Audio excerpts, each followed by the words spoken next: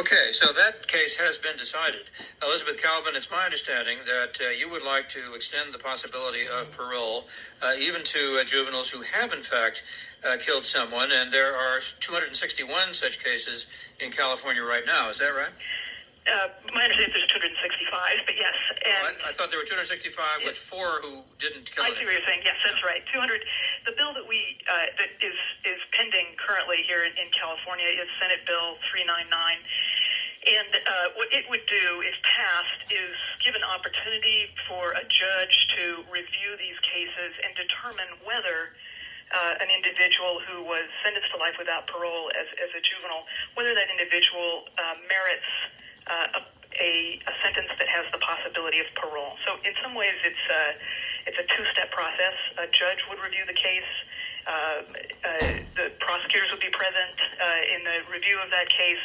And if an inmate can show that he or she is on the right path and is really a different individual than he was at the time of the crime when he was, say, 16 years old, then a judge would have the option of sentencing that person to a sentence that would allow them to eventually go before a parole board. And there would be kind of the second tier of review. Doesn't mean they'd necessarily be paroled. Yeah, that is absolutely true. There's really no guarantee of parole in California. There's under this bill no guarantee of even having your case reviewed. Grover Merritt, how do you feel about that proposed law? Well, I think it's unnecessary because the California Penal Code already includes a review for juvenile offenders convicted of a murder under special circumstances, which is how in this state you get the death penalty or life without possibility of parole. Penal Code Section 190.5 specifically provides for youthful offenders and a review by the judge at the time of sentencing. He can sentence him to life without possibility of parole or straight life, which presents the potential for parole down the line.